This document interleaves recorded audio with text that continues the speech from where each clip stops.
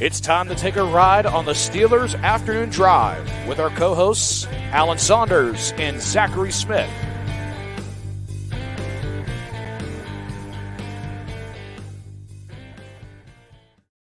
Welcome into another episode of Steelers Afternoon Drive. I'm Zachary Smith, and he's back. Alan Saunders back on the show. Listen, we love having Nick Faribault here, but it didn't feel right, honestly, the last couple episodes. Not hearing the voice on the intro as well. Alan, what's going on? Yeah, because we lose Brandon Rossai when we lose one of us, right? We've got to get him back and get him to do some more intros. Today on the Steelers Afternoon Drive, it's Zachary Smith and some other guy. I don't know. We come up with something. Actually, I think we don't have Brandon on. Should I give away our plans or should I not give away our plans? Let's not give away our plans. I wouldn't give it away yet. No, yeah, we still got a few days left in January. But let me have Brandon on. I had a couple days of running around. I was in a car accident last week, and my car is totaled. And so I've been trying to get a new one. It's been very frustrating. I leave for the Senior Bowl on Monday. Nothing's done. It's been a week. So let's just talk about football and put life aside because that's what we do, right? Well, yeah, I'm glad that you're here to talk about football even after this accident, obviously. Alan, a lot has happened since the last time that the two of us spoke. Obviously, Nick and I have covered a lot of that on here, everything that's been happening. But even we have missed something because there's, in that last day, just today, Jerrod Johnson added to the OC mix for the Pittsburgh Steelers. That's where I want to start here. Interesting candidate. I think, with their interest in Zac Robinson, it makes sense because you could kind of draw some comparisons there. Quarterback coach doesn't have the play calling experience. Certainly makes sense. Falls under that McVay realm because he worked under Kevin O'Connell and then Bobby Slowik. So maybe some Shanahan stuff thrown in there as well with his time with the Texans. What do we make as Jerrod Johnson as a candidate here? Steelers legend, Jerrod Johnson. I have to be completely honest.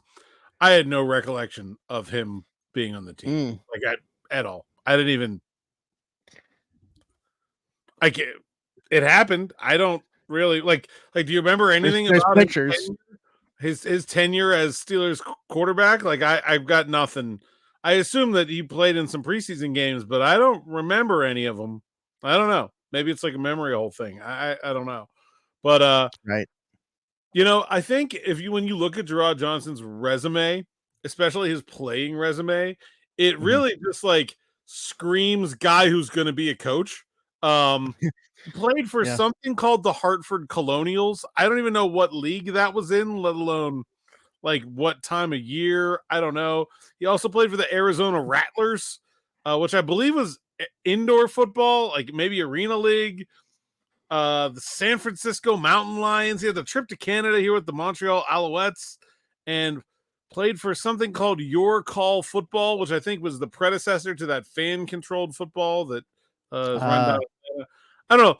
It's a guy who loves football, right? Because you don't go play in the CFL and in the UFL. I think that's where Hartford and Sacramento were in Arena League and hang around for 8 years.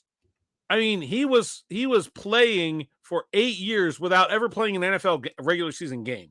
He just found a way to be on an off-season roster, be on some kind of minor league roster. So I think the thing that jumps out to me is these are the guys that become coaches, right? You have a quarterback, obviously loves the game, passionate, willing to, go the extra mile in terms of effort and really way beyond to try to make it for a career. I think that really stands out to me just in terms of those are the kind of players that make good coaches. His actual coaching resume is a little thin. I mean, compared to the other guys, he's a much younger guy. He's 35 years old. And because he drug out his playing career longer than anyone could have possibly expected, he didn't get into it until later. And so his first real job was as a quality control coach with the Indianapolis Colts a whopping 4 years ago. I mean, that is not a long resume. I've had a podcast longer than he's been a coach. So that's same. Yeah. So you had a podcast a lot longer than he's been a coach. There's questions, right, about the depth of experience, but like you said, the what little coaching experience there is, works under a Shanahan disciple, works under a McVay disciple, has worked with CJ Stroud, who obviously did very well, worked with Kirk Cousins the year before. It feels like there's a lot to like there. I just don't know how big of a deal breaker the lack of experience is. Sure. Like, is he the ideal candidate? Does he check every box? Probably not. But I just think there's so much intrigue now with anybody that's coming from those realms, and a guy that comes from both. I mean, learned under both those guys. There's 5 teams. This would be his 5th. Pittsburgh would be a team that with an offensive coordinator opening that has talked to this guy. So it's not just the Steelers that are obviously interested in picking this guy in his brain. It's real. There's something there. Is it entirely because of CJ Stroud? Is it just the background again coming from both the McVay and the Shanahan stuff? I don't know. I think that there's just a lot to work with there, even though it's a small body of work.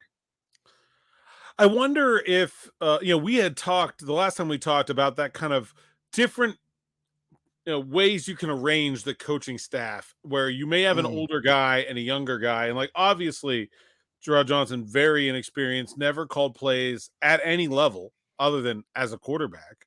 Some of these other guys, maybe they haven't been an NFL offensive coordinator, but they've been college offensive coordinator. He's never even done that. And so, man, I think there's a lot of question marks, but he's also has a ton to bring to the table. I feel like this is a big, if he would be the hire, this is a high risk, high reward move, right? Where it could work horribly. I mean, it's the same kind of move, not the same exact kind of move, because Matt Canada was coming from a college system, but it's the same kind of thing where you're taking a chance on someone or something that could work out really well, and it could work out awfully. I don't know if that's where the Steelers are in their mindset or not. I understand why he's an attractive candidate around the league, though. Yeah, I mean, so if you look at the net, and we haven't even gotten your thoughts on the Thomas Brown stuff, because again, that was since you've been on the podcast. That the last time we talked, the names that were thrown out there were Zac Robinson and then Kliff Kingsbury. Kingsbury thing apparently not real. Apparently, he's not really part of this offensive coordinator search, at least at this time.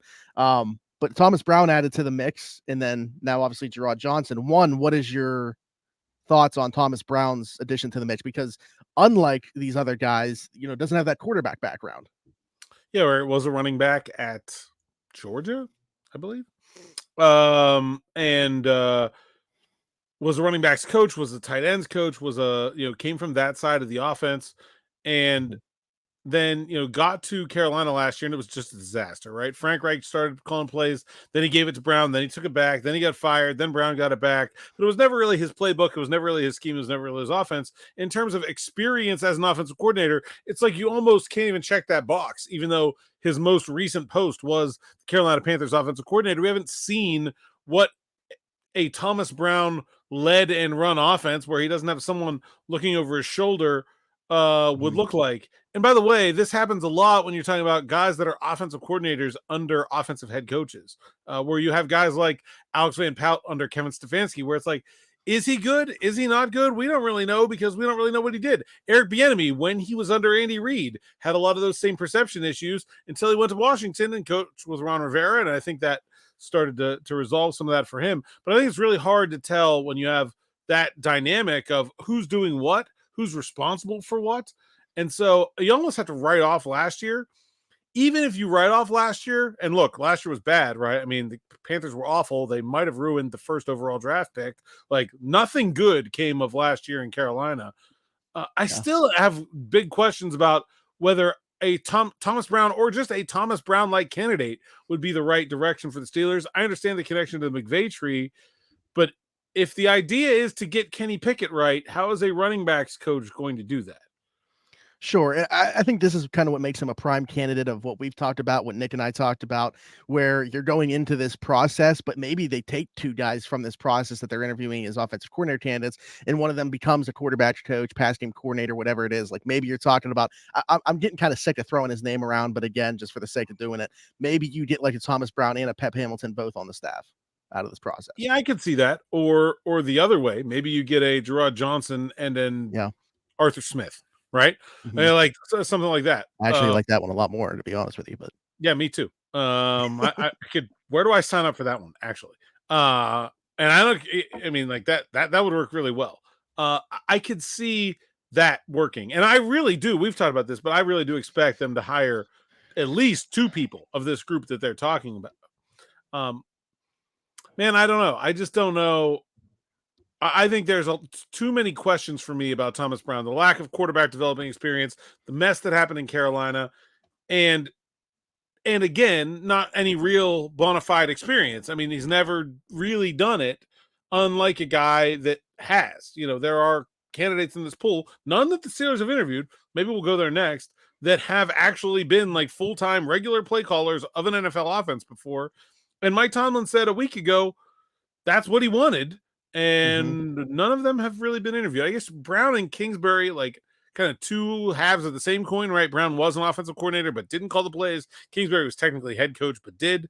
But still, like, not the normal coordinator experience that you would think that they would be after.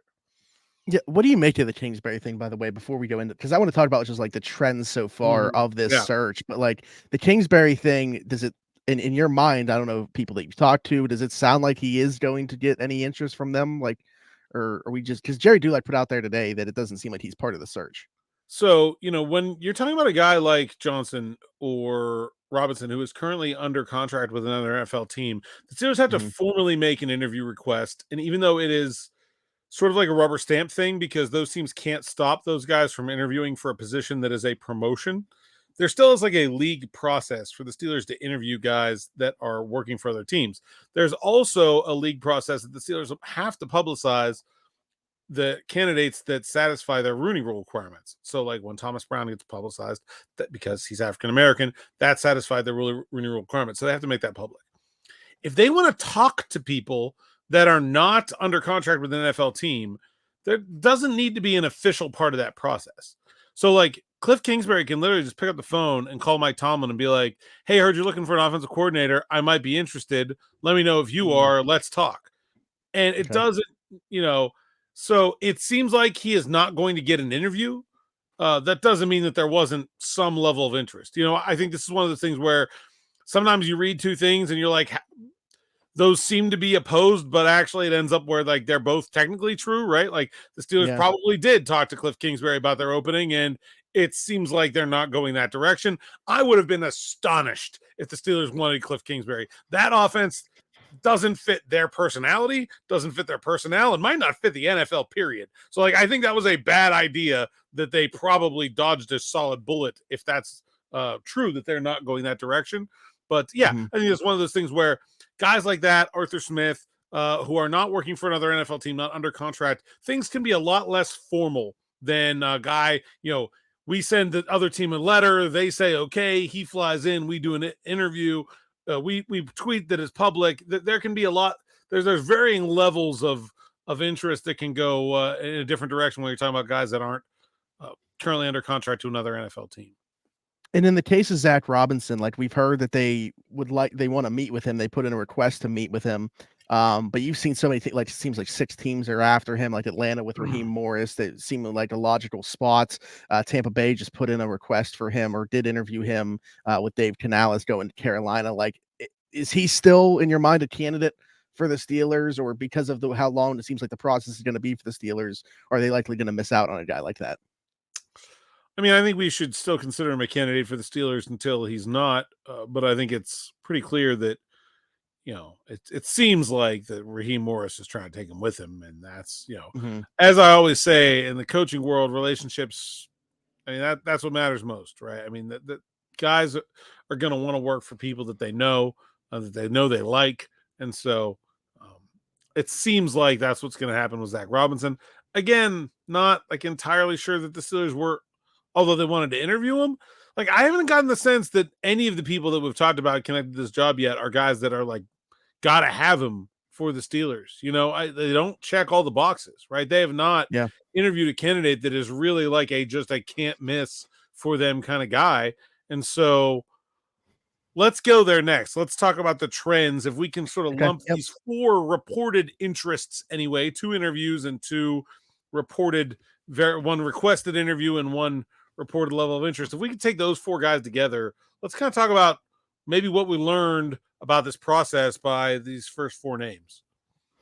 Okay, so the first one, at least that that we had heard was Zac Robinson, right? And very clear to see what that is there. Seems to be this the next guy in line from the McVay tree.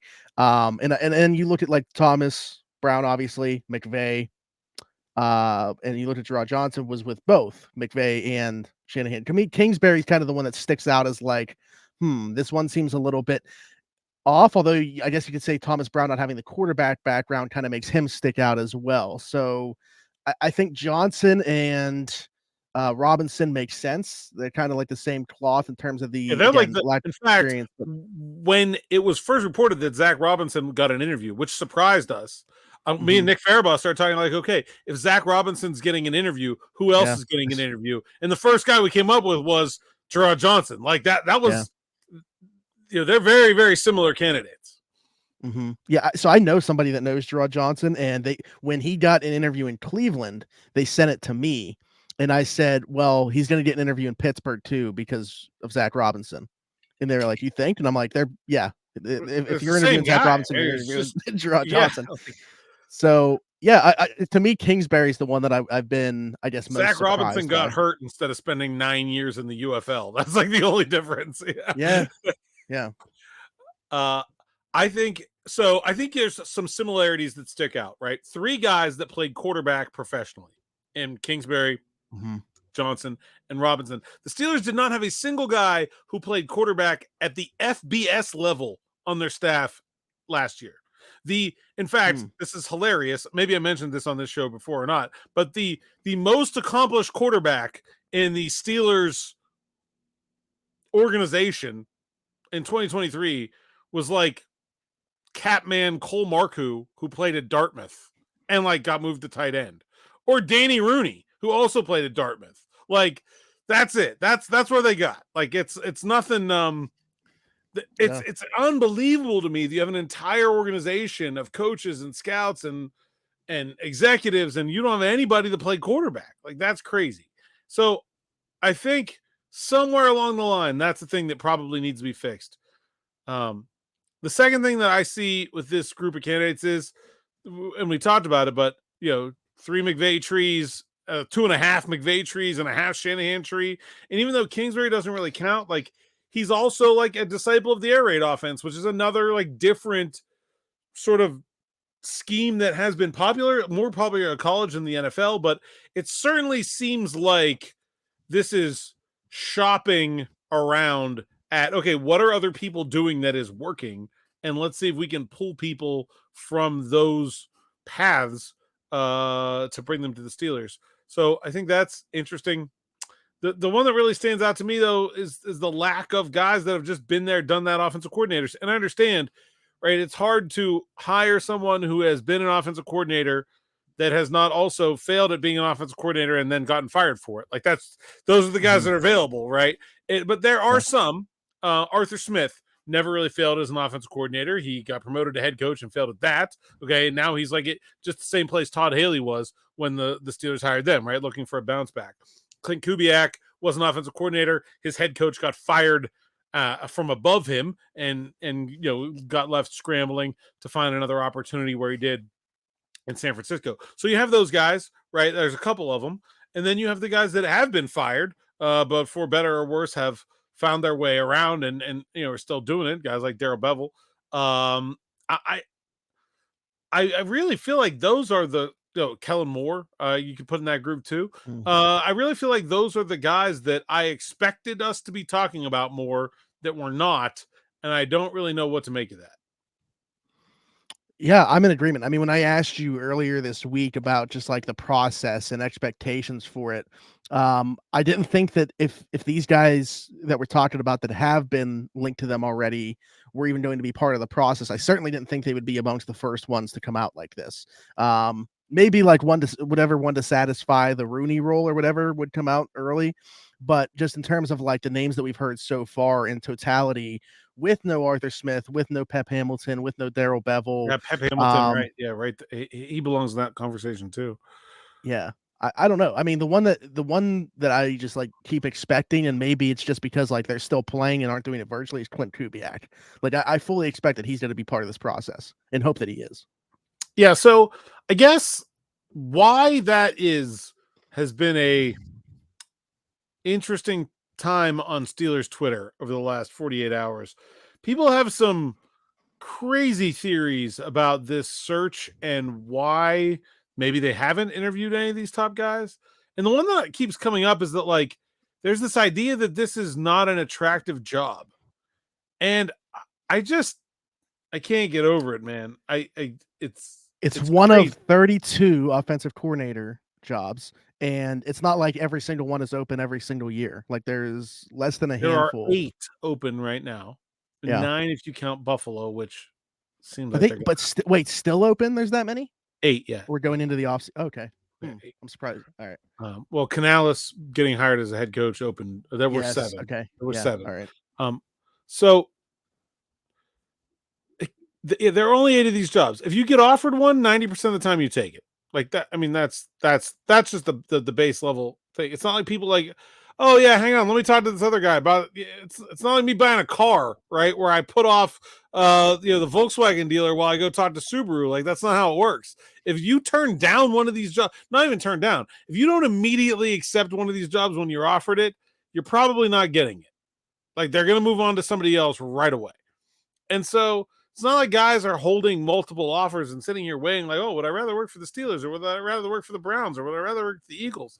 Like, that's not how it works. If you get offered one of these jobs, it's don't walk out of this building or this offer is not good anymore. And that's how you end up with, like, Shane Waldron taking the job with the Bears, because does he know he's going to get another offer? No. So he takes the one he gets. Like, that's how it works. That's why there is an advantage to, if you're going to fire your coaches, doing it early and not making the playoffs, so you get to this point ahead of everyone else. Yeah, and so I asked you about Waldron with, like, that same type of thing, with him taking the deal so early in the process without seemingly going on like an interview tour, if you will, with all these other teams. But a guy like Zac Robinson, who has met with 6 teams, are you still view it the same way, though? Like, if one of these teams actually makes him an offer, it's unlikely that he's going to do interviews with whatever teams he would have already had him lined up with after, but hadn't completed. And now maybe a team would like him, but not immediately offer him the job because they want to talk to other people too. Like, that can happen. I mean, there's teams that have said from the beginning, we're going to do 2 rounds of interviews. We're going to do, a big round and then we'll do a second. Like, there's different teams have different processes. But once you get to the point where you're sitting across from an NFL head coach or general manager and they're saying, we want to hire you right now, if you walk out of that building, it's probably never happening. Like, that's usually the way it goes. Yeah. So, like, it's not like guys are sitting there weighing their options. Like, I wouldn't want to work for the Steelers. Like, no, this is another thing where I think Steelers fans have confused the recent lack of success of the team for the perception of the team from the outside. Like, the Steelers are a blue ribbon NFL franchise. They are like the gold standard of how to run an NFL franchise, of how to be like Art Rooney is held up as an example to other owners. Mike Tomlin is held up as an example to other head coaches. When we go to places, or we're going to go to the Senior Bowl, and there's going to be not media, not players, there's going to be other coaches that are, like, lined up trying to get a minute of Mike Tomlin's time. Like, he's like the coaching version of a rock star. There's no if the Beatles have an opening, you go play with the Beatles, right? I mean, like, that's what he is to that group of people. I understand that he is not that to the Pittsburgh fan base right now, but the idea that the Steelers job wouldn't be attractive is crazy. And also, like, yeah, I get it. People are down on the level of talent on the roster, but newsflash, teams don't fire their offensive coordinator because they have a great situation on their offense. I mean, maybe Philadelphia, you could say, like, okay, this is a team that actually has pretty much everything it needs, and they just didn't figure it out for some reason. But most of the time, if you're interviewing for an offensive coordinator job, that offensive coordinator got fired in part because they screwed up, but in part because they just didn't have the guys. And that's going to be a part of the process, is you've got to trust the people you want to work for to get them. And, like, man, I don't know. Would you want to work for Mike Tomlin, who is not going to get fired, is about to get a contract extension, work for the most stable ownership group in probably the entire league? Man, like, that's, people don't want to move their family across country and then have what happened to Clint Kubiak happen to them, where the head coach gets fired and then they're stuck, right? Like, the stability and the predictability of the way the Steelers do business is such a huge benefit. They're not, if they want people, they're not going to have a problem getting people. I firmly believe that. Yeah, I'm glad, because that was it. You actually answered, I feel like, most of my question there, because my follow-up to why we feel like that is, because I was going to ask why you feel like that is the perception, because we've seen the talk on Twitter about it not being as attractive of a job, and we've seen the talk on Twitter about people seemingly thinking it's like a power trip or an ego thing for Mike Tomlin to not want to have, serious candidates on the staff with him. Yeah, hard for me to fathom. I don't get where that's coming from. But I think it's a lack of perception or actually knowing what's going on within the organization that causes that.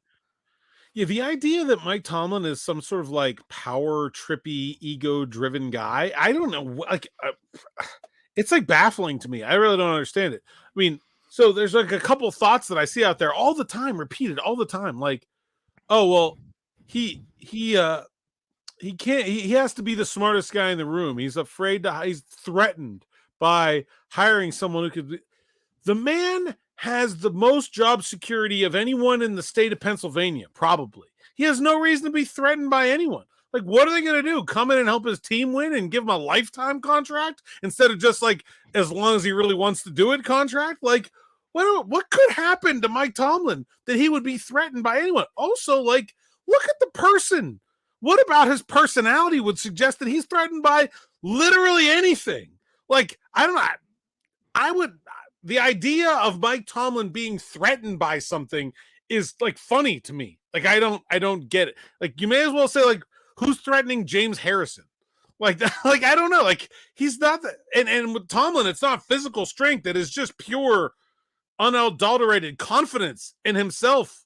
Like, that is maybe the most confident man I've ever met. I can't imagine him being threatened by anyone, especially not someone who's going to help his team win, which is the thing that he wants to do the most.